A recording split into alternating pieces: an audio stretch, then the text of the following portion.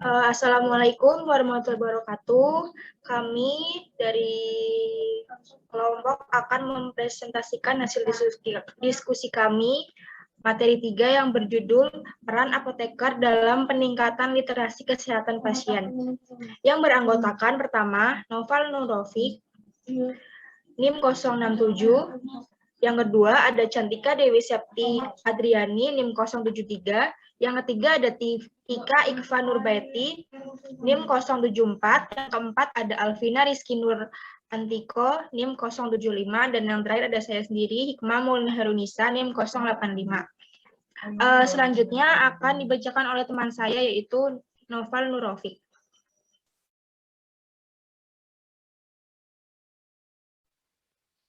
Terima kasih untuk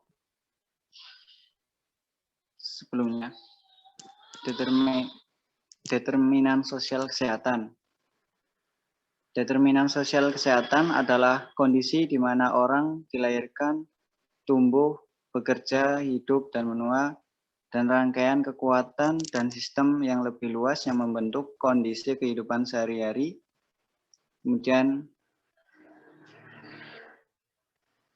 kekuatan dan sistem ini mencangkup kebijakan dan sistem ekonomi, agenda pembangunan, norma sosial, kebijakan sosial, dan sistem politik. Oke, next.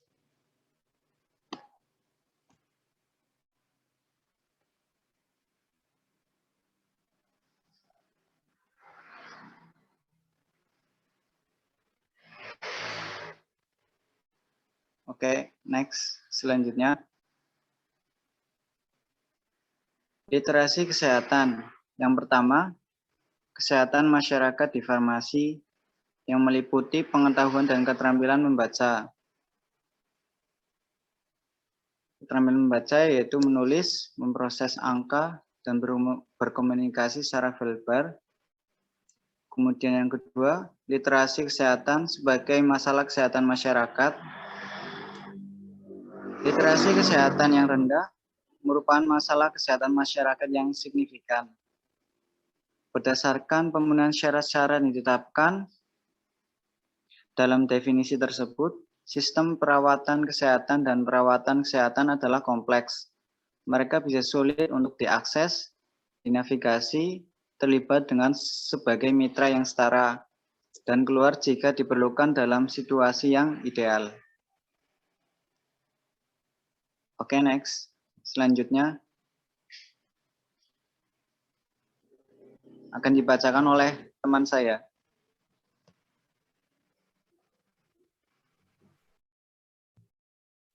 Ya.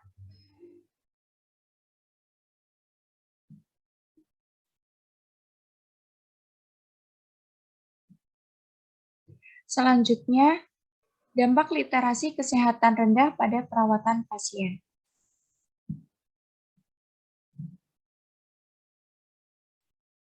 Budaya mempengaruhi seseorang pada tingkat literasi kesehatan. Latar belakang budaya yang berbeda membentuk literasi kesehatan pasien melalui yang pertama, sistem kepercayaan daerah, yang kedua, ketaatan beragama, yang ketiga, hierarki keluarga, yang keempat, kesetaraan gender, yang kelima, pendidikan, dan yang keenam, gaya komunikasi.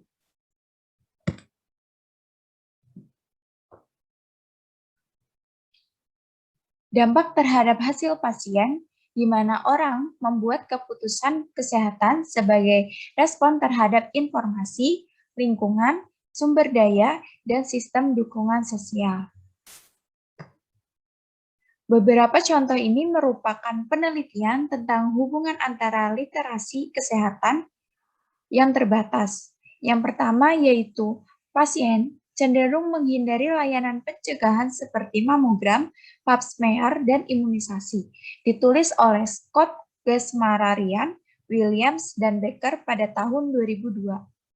Yang kedua, pasien cenderung memasuki penyakit sistem perawatan kesehatan daripada pasien dengan tingkat melek kesehatan yang lebih tinggi. Ditulis oleh Bennett et al. Pada tahun 1998.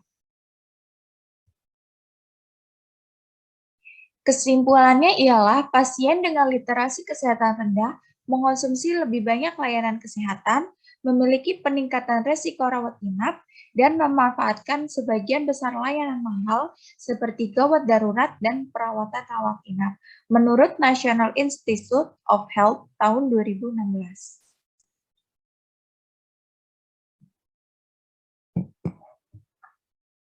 Selanjutnya yaitu ada karakteristik pembicara yang buruk. Yang pertama, baca secara pelan-pelan tetapi hilang artinya. Yang kedua, menghilangkan konteks kalimatnya. Yang ketiga, cepat lelah. Yang keempat, menafsirkan kalimat visual secara harfiah. Yang kelima, mengalami kesulitan karena matanya berjalan-jalan tanpa menemukan fokus kalimat yang utama. Yang ketujuh, mencampurkan bahasa untuk mengekspresikan ide-ide sederhana.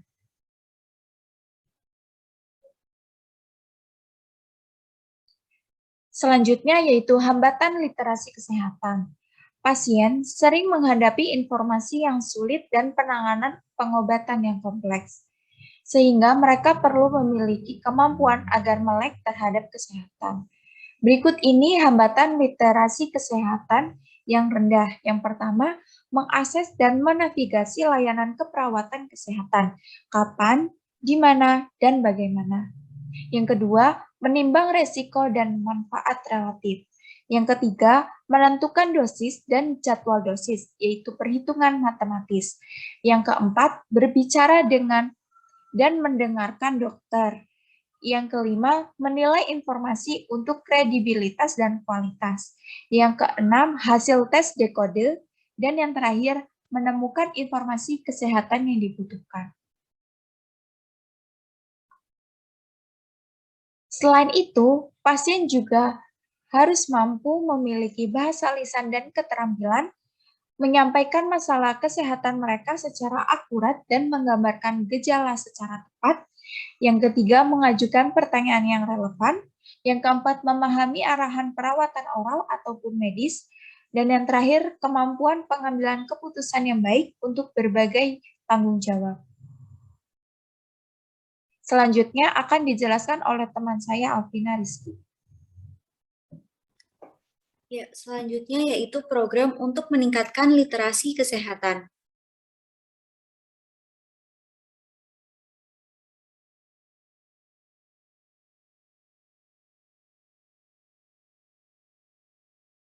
Apoteker dan profesi kefarmasian adalah mitra kunci dalam membantu pasien dengan literasi kesehatan mereka, seperti yang pertama mengisi resep, mendengarkan konseling, meminum obat secara akurat, menilai informasi kesehatan yang menyertai obat, serta memahami cakupan asuransi kesehatan.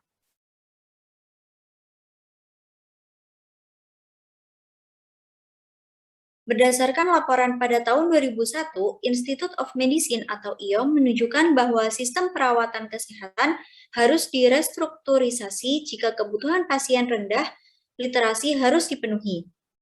Juga pada tahun 2007, Badan Penelitian dan Mutu Kesehatan mengembangkan publikasi berjudul Apakah Apotek Kami Memenuhi Kebutuhan Pasien?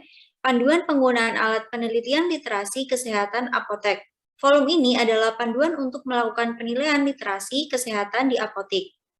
Langkah pertama dalam proses peningkatan kualitas ini meningkatkan kesadaran literasi kesehatan di antara staf farmasi dan apoteker, mengidentifikasi hambatan yang mungkin dihadapi pasien, dan mengungkapkan area peningkatan. Melakukan penilaian dasar ini di awal juga memungkinkan evaluasi dampak apotek dengan menerapkan tindakan tindak lanjut.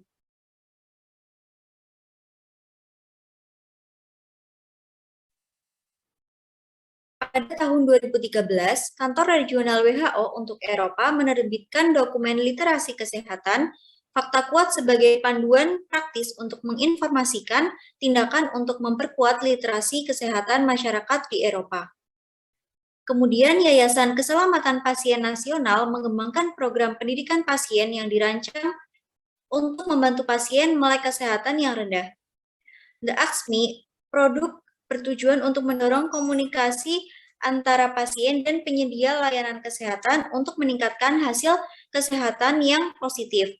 Pertanyaan-pertanyaan ini adalah yang pertama, apa masalah utama saya? Yang kedua, apa yang harus saya lakukan?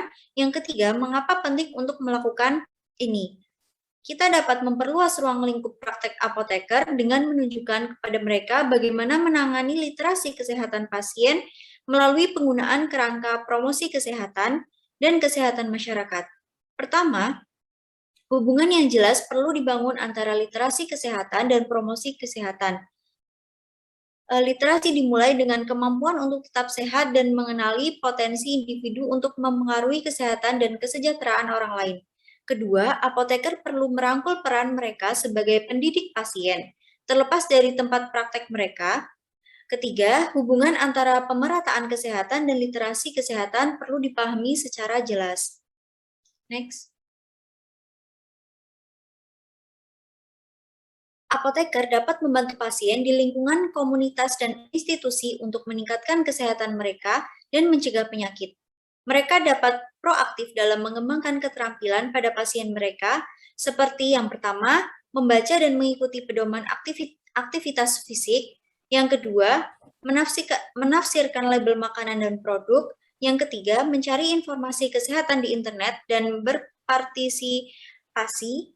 Dan yang terakhir, menganalisis faktor resiko dalam iklan obat resep antara sekian.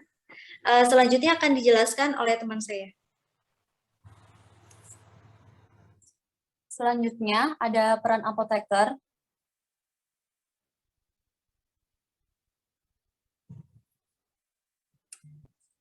Di sini ada keahlian dan keterampilan, yaitu yang pertama ada anatomi dan fisiologi dasar, yaitu nama dan fungsi bagian dan sistem tubuh. Kemudian ada definisi kesehatan, lalu ada perilaku dan pilihan yang sehat, kemudian ada pemahaman tentang etiologi penyakit, kemudian ada konsep matematika, yaitu probabilitas, pengukuran, frekuensi, waktu atau penjadwalan, tentang, dan perhitungan.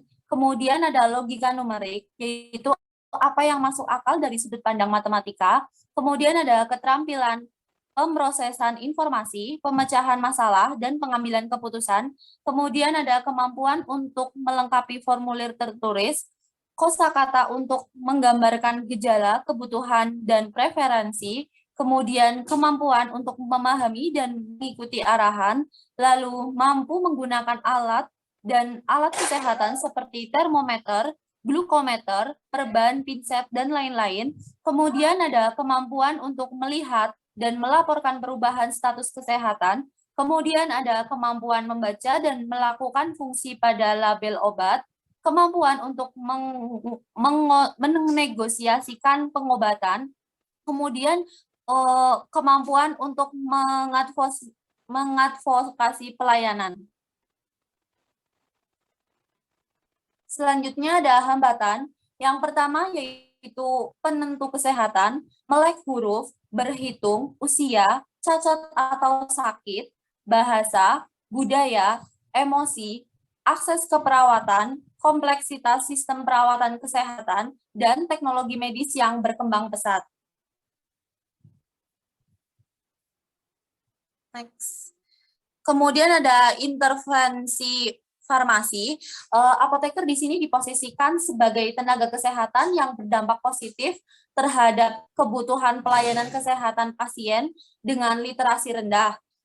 Karena apotek memberikan pelayanan yang berhubungan dengan kesehatan di dekat pasien, sehingga ketika bekerja dengan pasien, penting bagi apoteker untuk mengingatkan bahwa membaca, menulis, dan pemahaman adalah keterampilan yang harus dikembangkan dari waktu ke waktu. Di sini ada 2 teknik yang berbasis bukti untuk membantu pasien dengan literasi kesehatan yang rendah. Yang pertama, yaitu ada mempersiapkan dan terlibat dalam sesi konseling lisan yang efektif. Kemudian yang kedua, yaitu menggunakan materi keperawatan kesehatan yang ditulis dengan tepat. Next.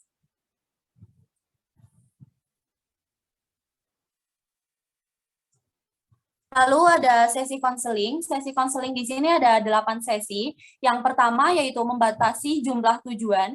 Ketika apoteker memberi terlalu banyak informasi, terlalu cepat, dapat membingungkan pasien, terutama yang bergantung pada komunikasi verbal.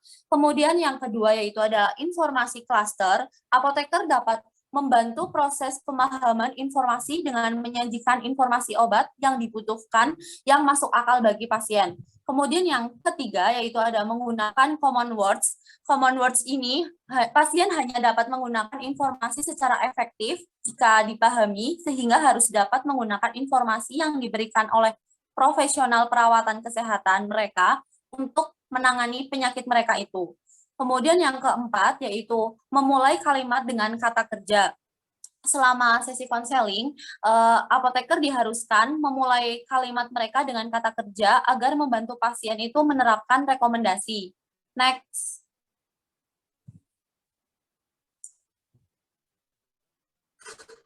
Untuk sesi konseling yang kelima, yaitu ada pertimbangan lingkungan dan gangguan, perhatian harus diberikan untuk memastikan bahwa konseling dilakukan di tempat yang memberikan privasi, kenyamanan, dan gangguan minimal. Mayoritas pasien ingin masalahnya tidak diketahui oleh orang-orang di sekitar mereka. Kemudian yang keenam, yaitu ada metafora dan analogi, menggunakan metafora dan analogi untuk membuat informasi itu lebih relatable. Kemudian yang ketujuh, yaitu ada piktograf, objek, model, dan demonstrasi. Dengan penggunaan tersebut, apoteker dapat membantu pasien dalam memahami dan memproses informasi kesehatan. Untuk sesi konseling yang terakhir atau yang ke-8 yaitu pemahaman pasien, memastikan pemahaman pasien menggunakan pengulangan dan ajaran kembali untuk memastikan bahwa pasien itu mampu memproses informasi kesehatan yang diberikan adalah dengan mengajukan pertanyaan untuk menguji pemahaman dari pasien itu sendiri. Selanjutnya yaitu ada bahan kesehatan yang benar. Bahan kesehatan yang benar itu ada 3, yaitu bahan tertulis harus mudah dibaca. Kemudian yang kedua yaitu bahan tertulis harus menggunakan keterangan, piktogram atau visual lain yang memiliki makna terkait dengan materi pelajaran daripada karton atau foto yang mengganggu atau sekedar menghibur.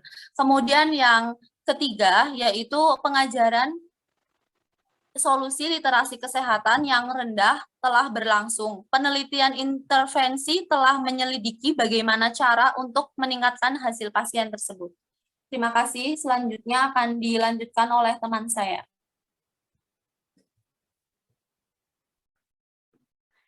Selanjutnya yaitu ada implikasi bagi kesehatan masyarakat dan praktik kefarmasian. Next. Yang pertama yaitu untuk apoteker.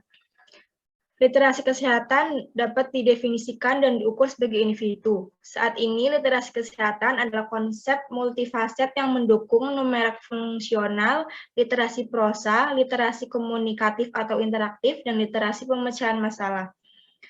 Komunikasi di antara orang-orang merupakan proses yang sangat kompleks. Hal ini melibatkan banyak faktor yang mempengaruhi transmisi atau penerimaan pesan.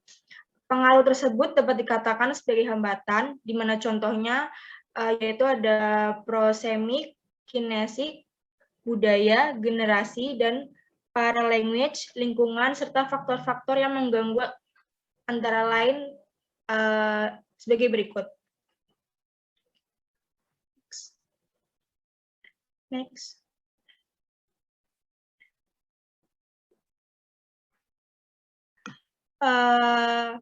Ini merupakan tambahan situasi kompleks yang termasuk dalam gangguan. Yang pertama yaitu dokumen yang tidak biasa dengan terlalu banyak baris, mengajukan sejumlah besar pertanyaan yang harus diselesaikan. Yang kedua ada kemitraan, baru harus dibentuk dengan 1 atau lebih profesional kesehatan, beberapa di antaranya mungkin tidak dikenal. Yang ketiga ada bahasa baru diucapkan, menggunakan banyak akronim, dengan kecepatan yang lebih cepat daripada yang dapat didengarkan secara wajar. Yang keempat ada tes yang dilakukan. Kadang-kadang menggunakan probe yang aneh dan dingin, dengan sedikit penjelasan mengapa. Selanjutnya ada angka dan ukuran disajikan yang tidak memiliki arti sama sekali. Lalu ada pertanyaan yang diajukan tampaknya tidak memiliki jawaban. Dan yang terakhir, ada keputusan harus dibuat dalam jangka waktu yang sangat cepat, yang dapat berpotensi menimbulkan konsekuensi serius. Next.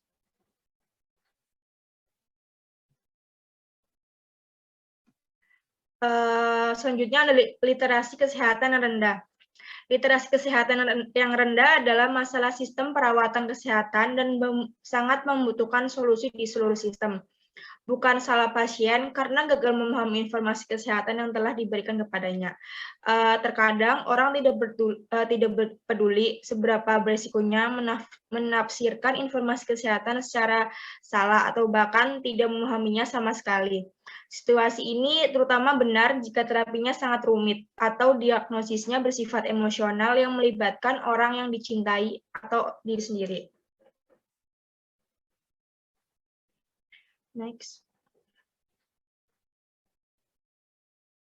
Dari apa yang saya sampaikan, kita dapat mengambil kesimpulan dari kutipan National Institute of Health, yaitu kesehatan adalah teka-teki yang rumit dan gila. Memecahkan masalah literasi yang rendah sama dengan menyelamatkan nyawa, menghemat waktu, dan menghemat uang. Next. Sekian presentasi dari kelompok kami. Semoga apa yang kami jelaskan bermanfaat dan dapat dipahami. Kurang lebihnya mohon maaf. Wassalamualaikum warahmatullahi wabarakatuh.